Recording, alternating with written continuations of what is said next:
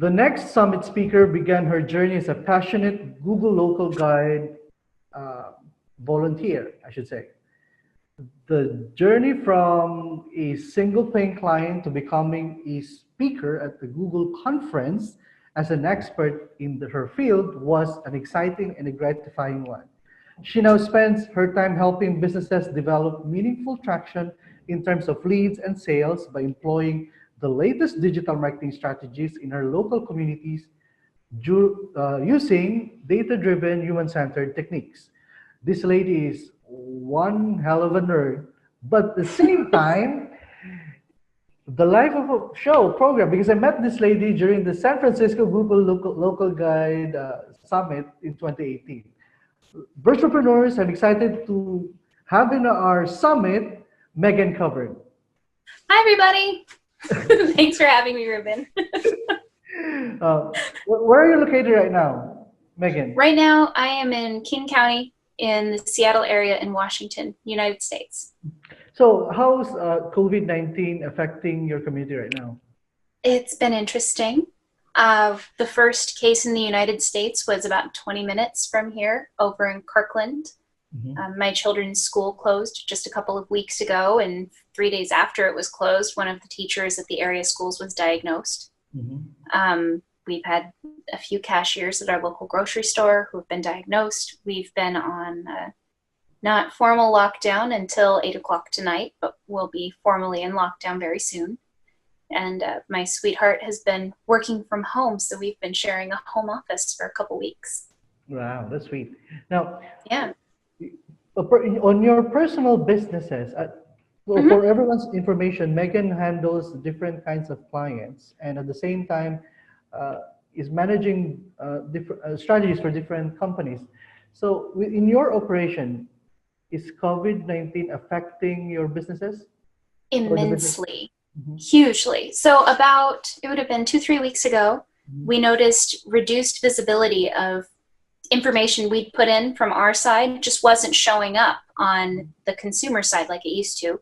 And then last week, at the end of the week, Google put out a notice that they were dramatically scaling back the usable features in the Google business interface, and that the typical approval process for changes made or things that needed human oversight was being almost completely shut down, and they were prioritizing open and closed hours and safety-based information. And it wasn't said very directly, but it was inferred that categorical information would also be prioritized as far as hospitals and healthcare compared to hair salons.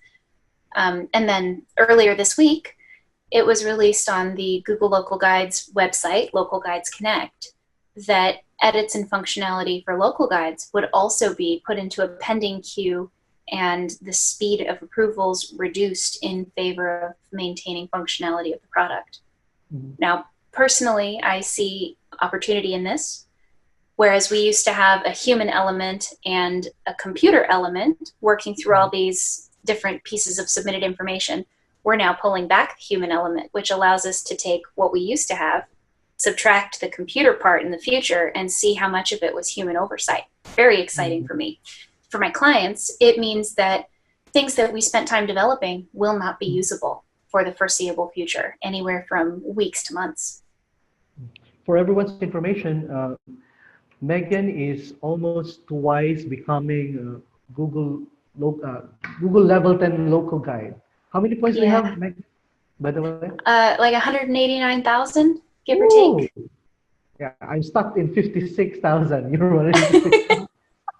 I found that I couldn't stop. I have a personal side passion in Google Local Guides where I like to check the edits section for potential human trafficking.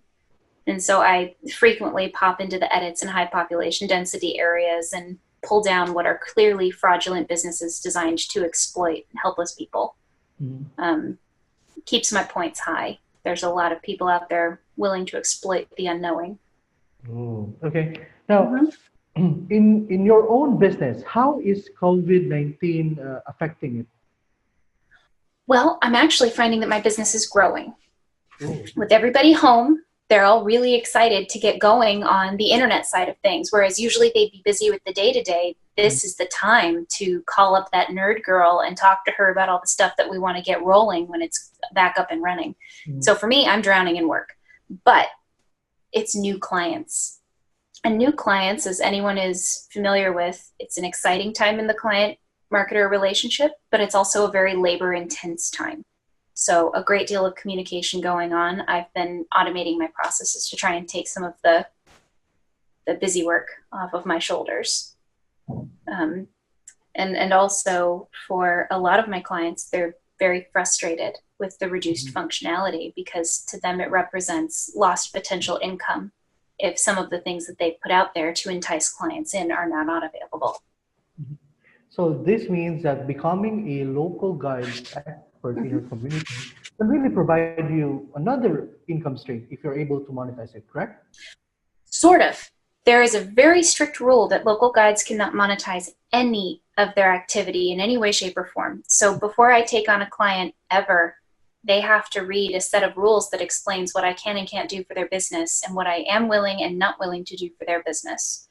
The benefit for my clients of my local guide knowledge is that very often Google local guides begin to use features that roll out to Google Business 6 to 18 months after the local guides have become familiar with it. The best example of this recently was the product interface. It would have been spring of 2019 that Google local guides were able to start adding products. It wasn't until summer that the businesses were able to control which products were added.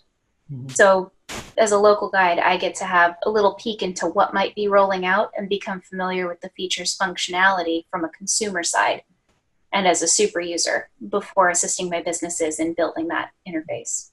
For everyone's information, if you're checking on Google right now, when you search for something, the first bars that you can see on your search screen are the product of Google Maps and Google Local Guide inputs, correct? Correct. And the work that you do as a Google local guide and as a business interacting in the Google business interface shows up on close to 100 different places around the internet. I have a prioritized list of 11 that I work to optimize with my clients. But it can impact everything from the voice search results you receive from a Google Home to the top 3, even to the interface of suggested things that pop up and say, you might like doing this when you open your Google Maps application. It's very pervasive. Now, there are a lot of my friends. The main reason that we really launched Virtual Summit is that we have lots of friends, local and small businesses affected by COVID-19 outbreak. With all of these things happening right now, what do you think should be their plan of action to be able to at least survive or sustain their business if they're affected? I think that the plan of action, it has a few different pieces. The first is to know how their business is planning on responding immediately without government regulations, with government regulations, and in the long term, because their immediate response to what's going on is going to be something their clients judge them on in the future. Their customers are going to want to know, were you respecting the crisis? Were you not respecting the crisis? When the government puts regulations in place, they really have to find a way to adhere to it immediately in a way that allows them to continue to meet the needs of their customers or assure them that they will find a way to. And in the long term, they may have to adjust their business models a little bit. I have a food service company, a former restaurant, that is now doing pre-orders. You can order 10 meals at a batch and they will drop it off at your house for a certain fee. And they're not breaking any rules. They're completely in compliance with everything. And the business has actually been able to maintain and even kind of expand their business a little bit because instead of only being open for lunch, now they're dropping off 10 meals for dinner at 15 different locations. So thinking about it as a phased process according to the guidelines and the rules and regulations laid down by the government instead of your ideal business plan is a very necessary reframing right now. The thing with your suggestion is that it seems that every entrepreneur should be able to see opportunities when circumstances arise, right? We do see opportunities, especially working in the Google Business Interface. With its functionality reduced, businesses cannot communicate the same way that they used to with their customers. I've seen a lot of businesses immediately taking to Facebook and Instagram where they say, we're affected by the crisis, we're so upset, and they receive all this catharsis from all these people coming back on, oh my goodness, we miss your cupcakes, oh my goodness, I wish I could have one of your burgers. But that's not making them any money. That's just making them feel good. And that's important, but your feel good is not your business if you're trying to sustain your income. If businesses were to pay more attention to their Google business, they would see that they can adjust their open hours, they can make pertinent posts about their continuity of business or what services they're offering in this interim, and they'd be able to address their customers right there. What it's actually led to, because of all these smaller business owners going for the catharsis on Facebook, is a huge drop in activity on Google business, meaning the field is wide open. Google business operates on I don't think there's a very nice way to say it. My friends and I, when we would go to the prom, we'd always joke that whoever the prettiest girl was in the group was the one who got all the attention. And Sure. Google business is very much the same. Whichever business is the prettiest or the most active is the one that gets the most attention. You don't have to achieve a standard. You just have to achieve more than everyone below you. And so right now, with all these businesses dropping their Google business and all of the search traffic dropping on Google and being redirected towards emergency services, COVID, healthcare, etc., the traffic is almost being completely reset. Everyone's doing other things, and everyone is dropping to a very close to zero, which means if you're still active there, the bar to be the prettiest